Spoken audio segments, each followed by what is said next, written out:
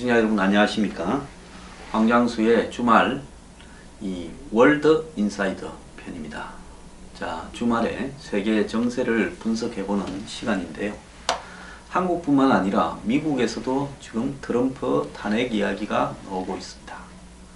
자, 트럼프가 취임 이후에 세게 밀어붙였던 반이민 행정 법령들이 잇따라 좌절되고 또 오바마 케어를 수정한 트럼프 케어가 좌우 공화당 민주당 내부 양쪽에서 이렇게 반대에 부딪히는 등 또 더 나아가서 트럼프의 척건들이 대선 과정부터 지금까지 러시아와 내통해 있다. 그리고 트럼프가 대선 과정에서 혹 러시아 측에 도움을 받은 거 아니냐, 이런 의혹들이 제기되면서 이런 러시아와의 내통 문제가 탄핵의 주요 요소다라고 하면서 정치적 이렇게 반대자들로부터 귀에서 속삭이는 단계에서 이제 공공연하게 언급되는 단계까지 이르렀습니다. 자, 미국은요, 모든 업무의 배후에는 러시아가 있다. 즉 구소련 때부터 내려온 미국의 정보기관의 이 검언이라는 겁니다. 즉 CIA나 FBI, 비밀공작하는 CIA나 간첩을 잡아내는 FBI 등의 머리에 박혀있는 아예 고정관념이라는 겁니다. 자, 냉전 당시에 수십 년간 소련의 KGB라고 부르는 정보기관과 대립하면서 이런 생각이 생겼는데요. 우리가 007 영화 보면 기본적인 제 어릴 때 이 007 영화의 대립구도는 영국의 MI6 출신인 제임스 본드 그리고 그를 협조하는 미국의 CIA와 KGB 간의 대결이었습니다. 90년대 초반에 소련이 망한 다음에는 이제 테러리스트, 좀 또라이 등이 한마디로 적으로 등장을 했죠. 그전에는 전부 다 소련 스파이고 소련과 연관이 있는 동국권 스파이 등이었습니다. 자, 러시아 때문에 미국이 점점 시끄러워지고 있는데요. 트럼프의 핵심 척건들이 러시아와 내통했다. 이 이야기가 지금 번져가고 있습니다. 그래서 백악관 NSC 보좌관이 이미 사임했고 신임 법무장관도 혐의를 받고 있고, 자, 트럼프가 취임하기도 전에 트럼프가 못마땅했던 사람들은 트럼프와 그 가족들 그리고 하는 비즈니스와 대통령으로서의 직무 사이에 이해 충돌 때문에 트럼프가 탄핵이 될 거다. 사업을 어수선하게 많이 벌려놨고 가족들이 나서서 그 사업들을 하고 있는데 또 가족들이 지금 정치에도 깊숙이 개입하고 있다. 이방카와 이방카의 남편 쿠시너 이야기겠죠. 쿠시너는 최근에 공식 직책도 하나 맡았죠. 자, 그러던 중에 이 제임스 코마 FBI 국장이 러시아 측이 트럼프 후보를 지원한 사실을 수사하고 있다. 캠프 누구도 다 수사 대상이 될 수 있다. 라고 인정하면서 구체화됐는데, 이거는 미국에는 스파이 혐의는 반역죄로 처벌이 되기 때문에 미국에서 가장 중요한 범죄입니다. 종신형이나 사형이 될 수 있어요. 자, 트럼프 탄핵하자는데 지금 95만 명 가량이 지금 참여를 했고, 자, 뒤로 이제 수근거리 된 수준에서 공식적으로 거론하는 수준까지들로 갔습니다. 미국 CBS 방송 유명 앵커 출신인 댄 레드는 미국 정부의 아마겟돈 지수가 10을 기준으로 하면 워터게이트 사건 당시에 9 정도였고, 지금 트럼프가 러시아 스캔들로 5, 6 사이를 갔다 왔다 하는데 시간이 흐르면 그것도 급속하게 수치가 올라갈 거다. 자, 10이 되면 미국이 거의 무정부 상태라는 거죠. 더욱 심각한 문제는 트럼프가 탄핵을 당할 경우 승계가 쉽지 않을 수 있다는 겁니다. 자, 지금 러시아와의 내통 의혹에 트럼프뿐만 아니라 마이크 펜스까지도 걸려 있기 때문에 대통령과 부통령이 다 탄핵돼 버리면 누가 하냐, 이런 문제까지도 나오고 있는데요. 자, 이 제임스 코미 FBI 국장은 러시아 측이 지난 선거에서 트럼프 진영을 맞고 지원했는지 수사를 하는데, 자, 이와 관련해서 마이크 플린 NSC 보좌관이 이 주미 러시아 대사와 접촉해서 경제 제재 해제 문제를 논의했다 해서 쫓겨났죠. 또 펄리는 러시아 기업으로부터 강연료로 한 7,500만 원 정도를 받았고, 이 중에 한 5천만 원 정도는 러시아가 지원하는 방송사로부터 받았기 때문에 미국 공무원이 외국 정부의 돈을 받을 수 없다는 규정도 위반했다, 이런 이야기까지도 나옵니다. 트럼프 캠프의 선대 본부장이었던 폴 매나포트는 러시아 정부 및 정보기관과 수시로 접촉한 사실이 이 미국 CIA 등의 또청으로 확인되었는데, 매나포트는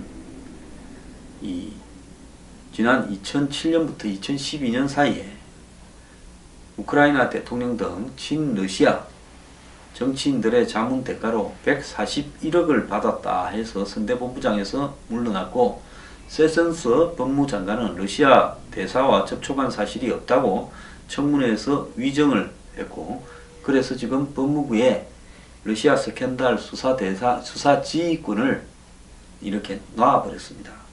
이해상충이라 해서 그 위에는 개입을 못하게 되었습니다.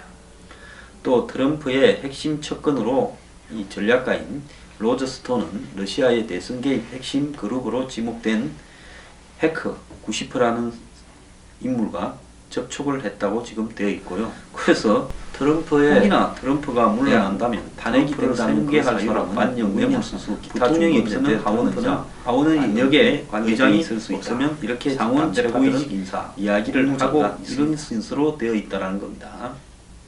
자, 이러려면 이제 트럼프는 이렇게 또 나오겠죠. 아니, 그러면 민주당 너희들은 나를 죽이려고 영국의 MI6 출신 전직 정보원을 고용을 해서 러시아 스파이에게 러시아 쪽에 돈을 주고 내가 모스크바 갔을 때 호텔에 묵었던 동영상을 빼가지고 또 공개하도록 하지 않았느냐. 그래서 이 일은요, 트럼프가 그래 너가 하도 나를 죽일래 해서 나도 내 아는 사람들이 러시아 측에 좀 도움을 이렇게 받았을 수도 있다. 트럼프가 만약에 니 죽자 내 죽자 나간다면 미국 아마 정치는 초토화 될 수 있다는 거고, 또 그 과정에서 지금 도청 문제까지 FBI와 CIA의 도청 문제까지도 지금 제기가 되어 있습니다. 그렇기 때문에 한간의 이야기처럼 트럼프가 지지율이 더 이렇게 헤매게 되고, 한마디로 또 다른 여러 실수들이 또 비리들이 반복되기 전에는 지금까지처럼 나오고 있는 트럼프 탄핵은 정치적 수사에 불과할 수 있다라는 이야기입니다. 민주당 출신 하원 의원들 몇 사람이 러시아 커넥션을 가지고 트럼프를 갖다가 쫓아내야 된다, 이런 이야기들을 하고 있고, 또 공화당에도 부시 일가를 비롯한 트럼프를 돕지 않아서 낙동강 오리알이 된 사람들이 자 탄핵을 이야기를 하고 있는데요. 그렇다고 해서 이 탄핵이 쉽게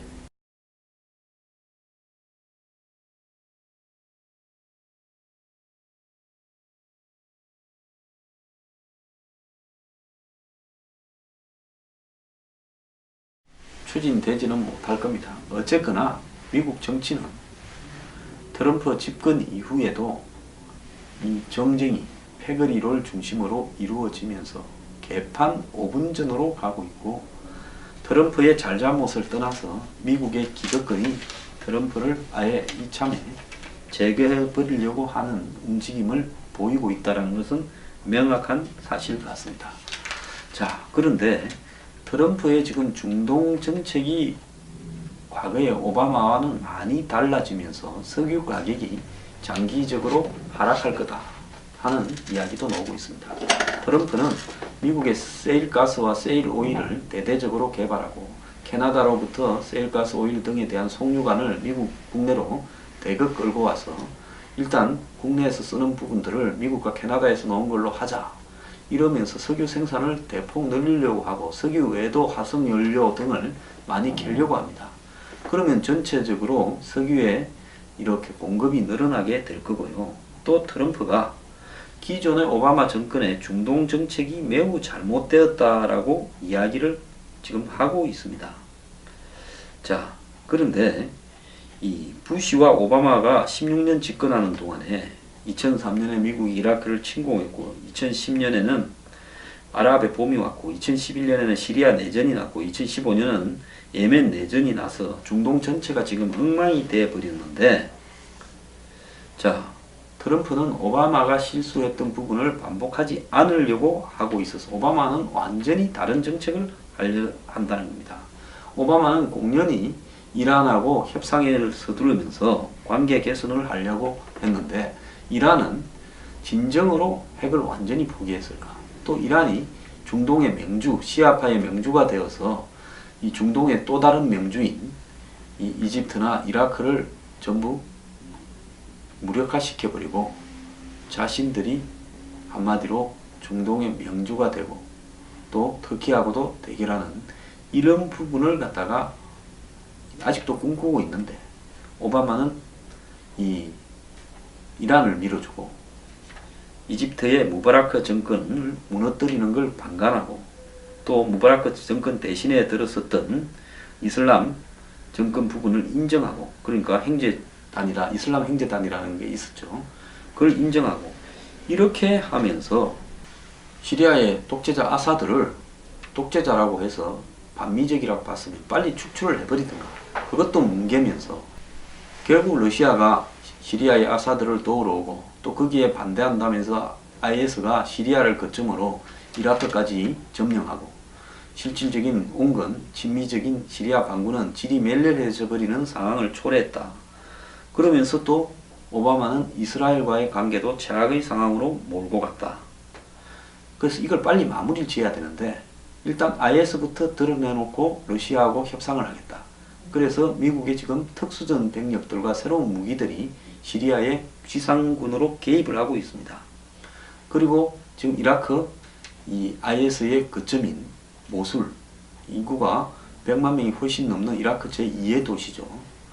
이래서 모술에서 지금 IS 격퇴전이 성공적으로 진행되어 있어서 거의 격퇴를 해가고 있습니다.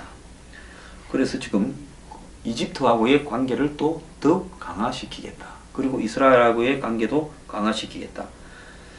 그리고 사우디하고도 지금 관계가, 사실 사우디가 이 수니파의 명주국으로 되어 있었고 이집트하고 관계도 좋았는데 이 두 군데도 다 흔들흔들해서 이 관계들을 갖다가 회복하려고 지금 미국의 고위층들이 열심히 이집트와 사우디를 다니고 있다.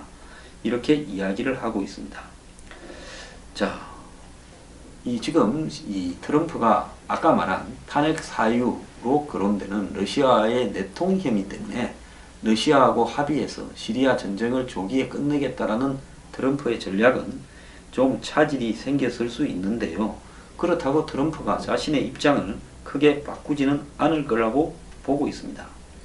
그래서 지금 전면적으로 중동의 비오페크 국가 외에도 지금 석유 생산이 증가하고 있고 중동 정세는 트럼프의 변화된 중동 정책 때문에 안정이 되면서 석유 생산이 더 또 늘어날 수 있고 또 UAE 같은 경우에는 한국이 만드는 원전이 끝나면 석유를 또 소비를 전략할 수도 있다. 그렇게 되면서 결국은 미국의 세일가스나 오일들도 트럼프의 이 에너지 확보 정책에 의해서 더 증가할 거고, 그렇다면 전 세계적으로 석유나 가스가 남아도는 상황이 계속 벌어지면서 장기적으로는 이 에너지 가격이 낮은 상태로 유지되고, 그런 부분들은 한국과 같은 에너지 소비국에는 궁극적으로 나쁘지 않은 요인으로 작용을 할 것이다. 이렇게 예측이 되고 있습니다. 자, 트럼프의 지금 변화되고 있는 중동 정책을 좀 알아봤고요. 그럼 미국은 왜 이 중동에 대한 이 오일 수요가 미국이 점점 이렇게 없어지는데, 자체에서 생산하는 게 늘어나는데 왜 오바마처럼 이렇게 손을 떼지 않고 트럼프는 고립주의를 선호한다는데 중동에 더 깊숙이 개입을 하느냐라는 부분으로 봤을 때는 이건 트럼프 개인의 취향을 넘어서서 미국 국무부와 국방부의 오래된 세계 정책의 연관성도 관련이 되어 있고요. 궁극적으로 중동 전체가 오바마라는 사람의 어떤 이 인권주의, 스마트 외교라는 명분 하에 방치되다시피 하면서 지옥도가 그려지고 있는 모습들은요, 결국은 그것이 테러를 수출하는 IS 같은 단체와 중동 국가의 광범위한 빈곤과 또 혼란상을 노출하면서 결국은 테러의 범람으로 이렇게 이어져서 미국과 유럽이 위태로워지는 이런 양상을 낳을 수 있기 때문에 그 뿌리를 제거해서 석유보다도요, 한마디로 중동을 안정화시켜서 미국도 테러에서 좀 자유롭자라는 의지가 더 강한 것이다. 과거처럼 꼭 석유 정책만으로 중동에 개입하는 건 아니다. 오바마가 그래서 중동에서 발을 빼기 시작하면서 오늘날 중동을 이 지경으로 만들어 버렸다는 데 대한 반성에서 나온 거라고 봅니다.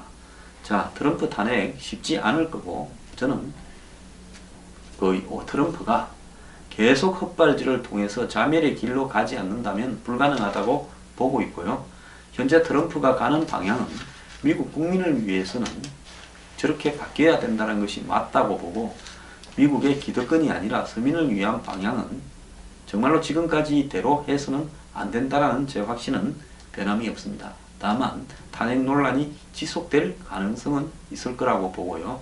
제임스 코미 FBI 국장이 힐러리의 이메일 게이트를 제대로 하지 못하고 마치 선거 막판에 삐죽삐죽 하다가 말았듯이 이번에 러시아 스캔들 또한 오래 몇 년을 끌고 갈지 아무도 알 수가 없고, 그것이 트럼프가 스스로 다른 일로 무너져 갈 때는 트럼프 등 뒤를 찌르겠지만은 그러지 않으면 그것이 또 터져서 탄핵까지 가는 사태는 오지 않을 거라는 것이 제 생각입니다.